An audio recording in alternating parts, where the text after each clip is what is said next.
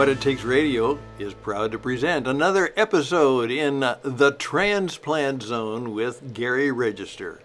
And today we get caught up and say, the thought that someone died so that we might live brings so many mixed feelings to Gary and others in the zone.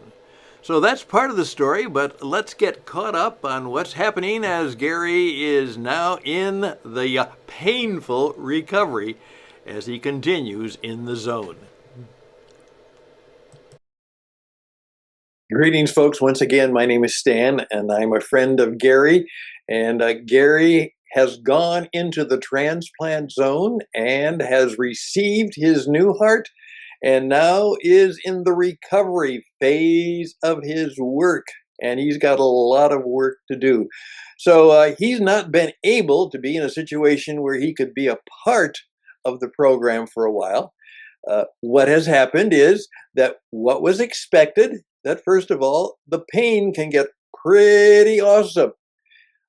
My dear wife just recently had an accident in which she broke some ribs in a fall. And she says, as everybody else says, that broken ribs can be some of the most powerful pains that you can have.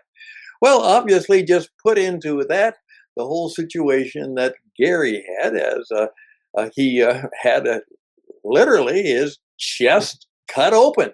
And now he's dealing with the pain that brings. And it can be pretty intense. What also makes it worse is the fact that this weather, which we are all going through in many cases, the extreme cold and things like that, also make it hard to be able to get out and get a little exercise and fresh air. And at the same time, the extreme cold can make pain more painful. So Gary is waiting, and he keeps telling me, he said, I'm getting better, I'm getting better.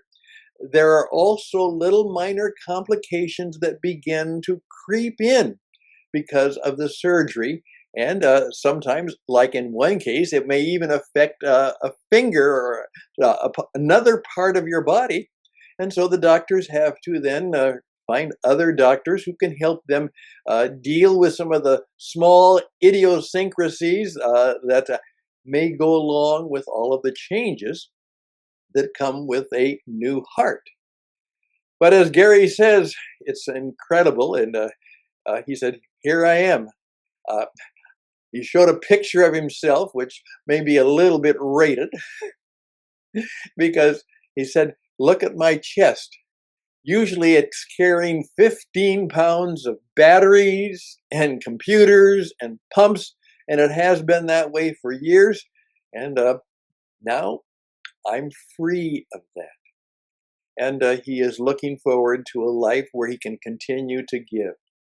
It was also very interesting for me, as I oftentimes help a pastor do some of the messages that he does and put them in a broadcast and a good form to share with others. And he was speaking the other day about the fact that all of us, in some respects, need to have a heart transplant. Now, of course, he wasn't speaking from a physical sense, but the whole idea was that, in effect, we need a part of us, our spirit, that we get basically a new heart, a heart shaped and formed by the love of God. And some people have wondered where that image comes from, but in some recent science, we have found out that it could be that the heart truly is not just an organ that pumps the blood and keeps us alive, but some of the very emotions and character qualities actually may have some origins in the heart. And that some cases they have to be very careful because they want to make sure that if a heart transplant takes place, that some of those things that might be there could complicate the transplant process. As someone said, there are lots of miracles in the world, but a lot of miracles are just simply people who worked with God-inspired confidence and courage and a good fortune to do what is right. And they really do appear as miracles. So I just simply want to thank you.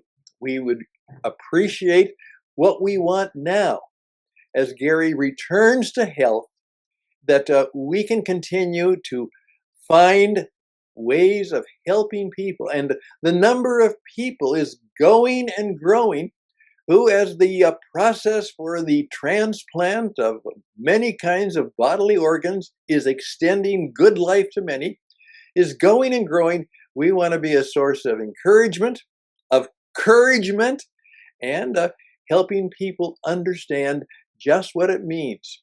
As somebody pointed out, in a way that it has almost a spiritual meaning too, that in effect, that, when someone died, they actually gave life to another. And they did. And maybe that's something that we should think about. And I know Gary says, I would love to be able to thank the family of the transplant patient that I now live because of. Because of that death, I can live. And that is something that we need to think about, pray about, and just kind of maybe enjoy the wonder of it all. So there we are for this cold Friday. Gary hopefully will be, as he said, I want to be back on the air shortly. And as soon as we can get through some of the cold and flu season and make sure that his health is good enough, we will have him back with some of his stories. And we will begin to have a number of guests who have also gone through this. And we'll be talking to a number of doctors who will tell us stories about what it's like to be involved in helping people get new life through going through and living through and always being a part of the transplant zone, which truly is a matter of life and death. Thank you for your time. Thank you for giving. Please do that. Thank you for recommending us to others. Thank you for your prayers for Gary. Till next time, bye for now.